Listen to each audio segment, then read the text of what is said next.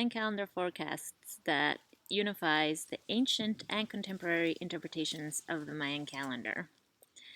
So, I hope you are all doing amazing and that the last cycle of the earth connected you with some amazing direction and with beautiful messages and omens that earth was providing for your navigation. And now, on September 20th, we began the cycle of the dog. This forecast is a couple days late. I was in my moon time and I totally didn't feel like being in front of a computer and shining for anyone. So now I feel all happy and connected. It's really a trip to be a woman and to attempt to do things within the time frame of society and how things are expected to get done no matter what. I definitely don't subscribe to that type of thinking, and I encourage everyone to take the time they need for whatever they need to do, because when we take care of ourselves, we're better able to be there for others, and that's something I definitely need to remember all the time.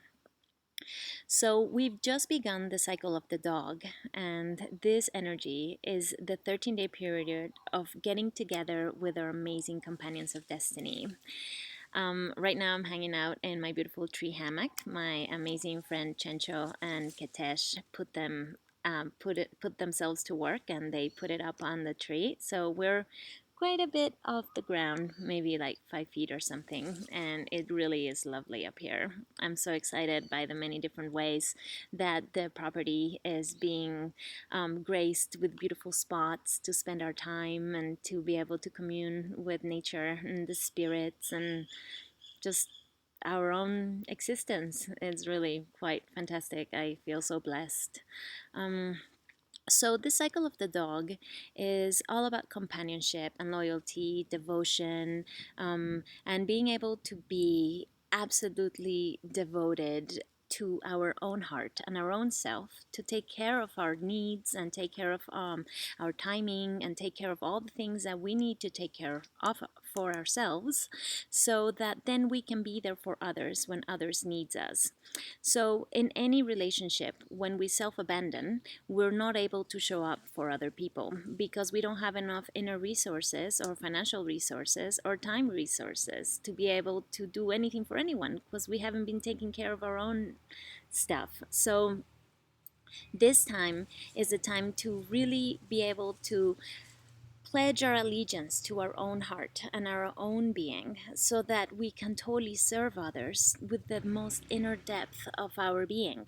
And since most of the time we attract the people that are vibrating at the same frequency that we are, or are the energetic reciprocal quality that we are emanating. So if I'm abandoning myself, I may connect with somebody that likes to abuse me because they abandon themselves too, but then they cover it up by abuse, and maybe I cover it up by victim consciousness. And so, since that isn't really any foundation for any kind of tribe or any kind of family or awesome thing to be doing together, then this energy really calls us to be able to tap into the frequency of our own personal care and really having, good boundaries and just all the stuff that is necessary just to be a healthy, happy human being. And so then we are vibrating at frequency of well-being. Our needs are being taken care of. We are really connecting with our heart, with our mind, with our sensuality, with nature, with people that we feel attracted to. And so then when we are connecting to other people, we will most likely be attracted to people that are also taking care of themselves and that are being there for themselves. And so if we create nice relationships with these people, then later if I get sick, they'll probably have enough time and resources to be able to stop by and bring me a little bowl of soup or rub my feet with some yummy oils or something. And that would feel like an amazing thing to have in my life. And also, when these other people that are my family are in need or they require something, I have enough energy and time and resources to be able to be there for them, to really be able to come through when it counts. And so, this energy of the dog could be like, the poor little dog that is totally loyal to its boss or to its master, even though the master barely feeds it and hits it and leaves it all chained up in the roof. Or it could be the energy of the amazing wolf pack of all these beautiful beings that are sovereign unto themselves and that are connected to the land and to their instincts and that are fabulous hunters and that have their connection to the moon and to the spirits and to their ancestors. But then when the wolves come together, they come together to play, to hunt, to thrive, to connect with life, and to cuddle really warm at night in the den. And all of these beautiful wolves coming together create a frequency and an amazing connection that is so beyond what one single individual can create. And this is the true love of community, the true sense of belonging. And at the same time, within that family and that belonging, we find the freedom to be ourselves and the encouragement from others to really be ourselves and to go for our dreams and do what we really long to do. And so, with the energy of the dog, we have like this coming towards companions of destiny. And this may be souls and people, it could even be pets that we have shared other beautiful, meaningful lifetimes with. And not just one or two or three, but probably many. We are core family in our heart, and we are here to really be there for each other and find each other again and again and again. And that's why it's so important to really step into a place of self-love and self-nurturing and really valuing and honoring ourselves and being our own kind of like guardian, so that we will be able to be the most crystalline emanation of our own frequency. And then these other beings that are looking for us in this lifetime will be able to recognize us when they see us. And so it is so important to really just dive into our own essence and into our own nature during these 13 days. And this time is challenged by all the blue signs. So the main challenges in this cycle are being able to let innocence flourish and be reclaimed and be able to heal the inner child and be able to play and have fun, be spontaneous. And so this also asks us to be not so just immersed in our family, but also open up to other people, which sometimes is not something we necessarily want to do when we're in the dog energy, because we just love so much the people that we're with. And so hanging out with funky strangers might not be the most exciting, but it's an important challenge that this cycle asks us to take on, just so that we can expand and maybe meet people that might be part of our family that we wouldn't meet if we just stayed within the little group. Another challenge is to be able to balance our capacity to delegate responsibilities and be able to therefore have more free time to do all the amazing things that we want to do. And so this is a time where micromanaging might be challenging to avoid. And so it's important just to think of effective ways to communicate what you want to say and to be able to show people what you mean and train in a way that is efficient and then gives you free time to pursue other things that might be things that only you can pursue and you cannot delegate to somebody else.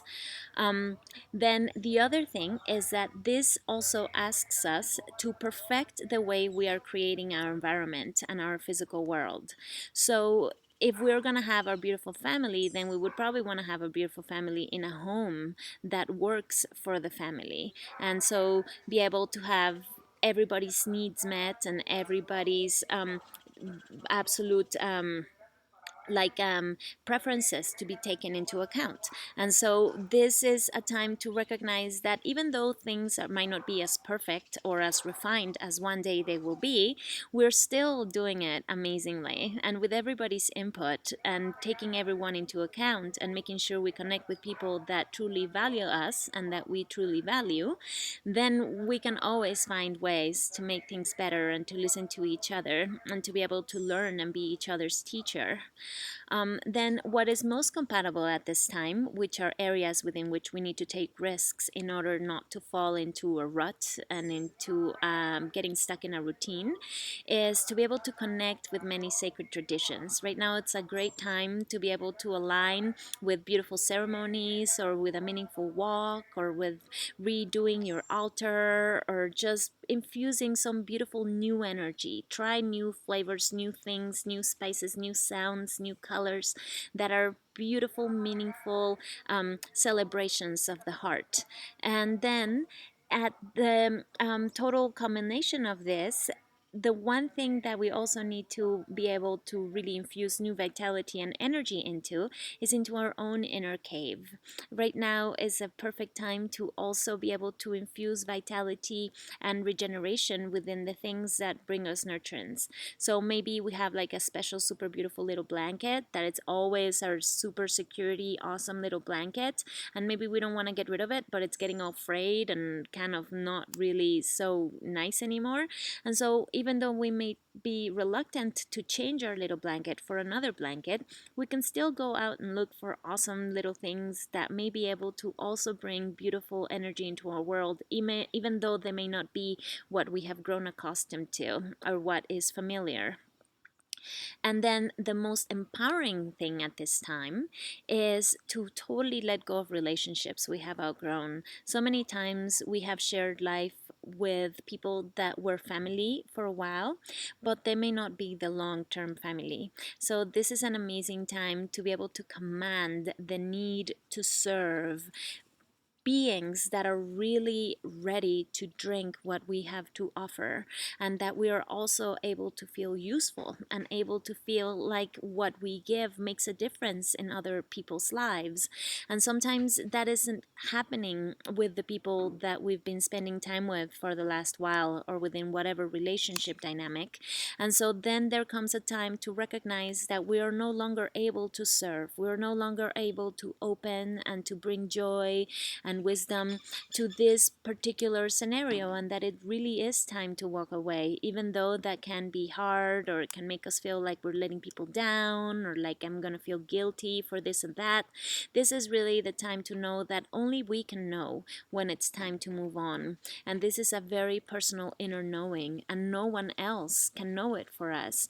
And one of the best ways that I feel we can know when we can no longer serve a particular situation or relationship is when we start spending more time keeping the relationship together than we spend being able to just enjoy the wonders that are brought into our life through this amazing experience. And so when we're keeping a relationship on life support and we cannot leave it untended for a second because it begins to fall apart, there's all misunderstandings, nobody trusts us, everything's just not happening, it's just not a situation that we can really be there for. We cannot serve them because we don't have the necessary medicine for that situation.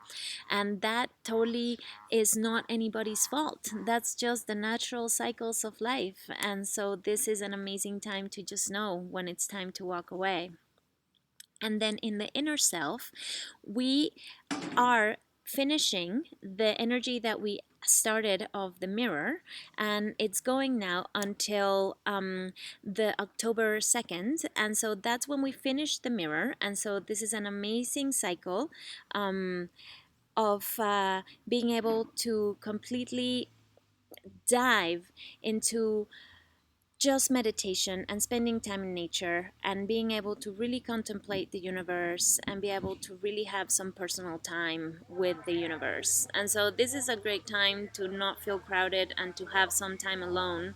And if you're not really getting it, then make sure that you just do it naturally. It's not a big deal, it's not some bad thing. All of us being needing to step away for a while and to have some reconnecting time and re-clarifying time really helps us to be able to see our own patterns better and other people's patterns better too, and to be able to not take the patterns personally but be able to just witness them for what they are, which is just this story we've been living out for a long ass time. And it's like all up to how we perceive things and how we define things within our mind that dictates how we interact with the world and how we receive what the world is giving us.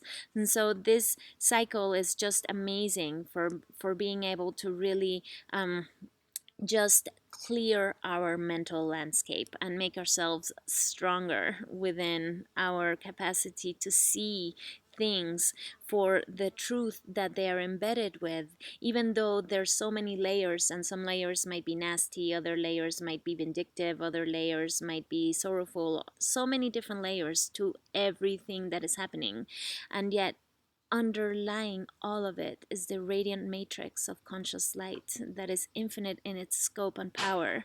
And that is the truth out of which all emanates. And everything else is just like the incense smoke dancing in the air and then dissolving into amazing journeys and adventures. And so, while the face value of things can sometimes seem like a slap in the face and bring up lots of stuff within ourselves, when we spend enough time contemplating existence with amazing nature embracing us and enveloping us, we are better able to see reality for what it is and not react violently within our own mind to situations that are just smoke vanishing in the air.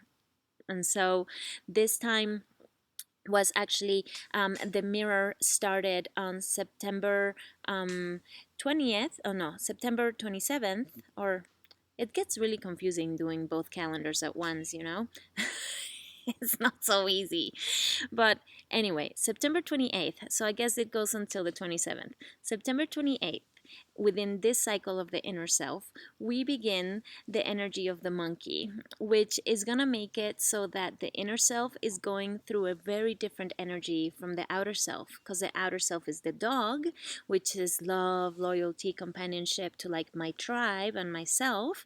And then the monkey on September 28th comes in with the playful inner need to just hang out with fun people, be spunky, be open, be innovative, be really curious, and allowing for our beautiful awe of life to take us in all unexpected situations and many different beautiful new connections. And these connections might not bring you soup when you're sick.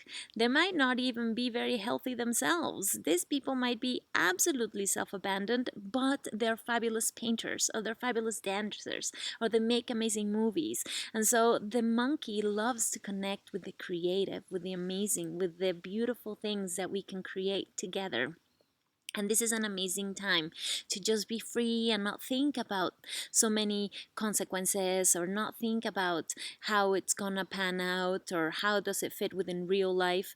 But this is just the amazing time to be able to forgive all the different kind of like walls and restrictions and pretty much just over domestication, you know, just like picture a monkey in its cage eating with a fork and a diaper on, rather than a crazy monkey playing up in the trees and flinging poo as its enemies and eating fruit and all these beautiful games with the babies. And so the beautiful wonder of the time of the monkey is the capacity to rewild ourselves, to be able to be barefoot again, to be able to be dirty again, but dirty in a healthy way. You know, it's just mud, it's just mango, it's just, you know, clay, it's just fun, it's just an outfit, it's just a painting, it's just a photograph, it's just a new website. Like, everything doesn't have to have so many dire consequences, and it doesn't have to be so refined to the ninth degree for it to be shown to others. You know, with the energy of the monkey, we're meant to be able to be free with our creativity, free with our beings, with our bodies, with our joy and our laughter, and be able to walk up to people and strike a conversation and have a really good time and just make fun together. And so, with this energy of the monkey being so different from the outer self of the dog, we can just make time to navigate both aspects of our being and nurture both aspects of our being without feeling like they're at odds with each other. Right now, with our service to the world, we're meant to be coming together in beautiful groups of family and work, and which is even amazing because this year I'm in the year of the dog number 4, which is to manifest and solidify the foundation for my capacity to work with my tribe, to work with my true companions of destiny. And since I moved onto the land, it's totally happening. My beautiful friend Katesh came, and she's solid and amazing. And then her amazing friend Chencho came, and now he's becoming my friend, and he's super solid and amazing too. And our friend Lucy's coming, and she's wonderful, and I'm so happy to get to know her better. And so all of this beautiful dog energy that I am in the year of is finally coming into my beautiful creative project on the actual cycle of the dog. So, this is just a little taste into how, when you really begin to see the cycles of this calendar, you can begin to just be blown away by how you could never predict the perfect synchronicity and the perfect alignment within which all of these beautiful events take place. But as time moves on and things happen, then I myself keep getting blown away after 18 years of practicing this calendar by just the fact that all of it is coming together exactly when it's being supposed to come together. And it couldn't happen before, and it wouldn't have happened later. It's happening exactly now when it's supposed to happen. And yet I could have never fathomed that it was going to be this way, and that it was going to be so good, and it was going to feel so amazing. And I know that it is because I have made these choices for myself, and to really step into the garden, and to really honor the Divine Mother and Divine Father, and to really honor the inheritance from my grandfather, and to be able to create this amazing living altar for just doing a work of love that can just be an offering of gratitude to the divine that has given us absolutely everything. And so I thank you, and I am so grateful for you as well. And even though we might not know each other in the flesh, I know that you're also part of my tribe and part of my community. And I am so happy that cyberspace exists so that we can keep connecting across the distance, and that we can keep weaving an amazing world of wonder together that will take us into being able to enjoy existence in eternity more than our current social conditioning would ever allow us to conceive of. So, so many kisses, so many hugs, so much love. Have a beautiful, beautiful week.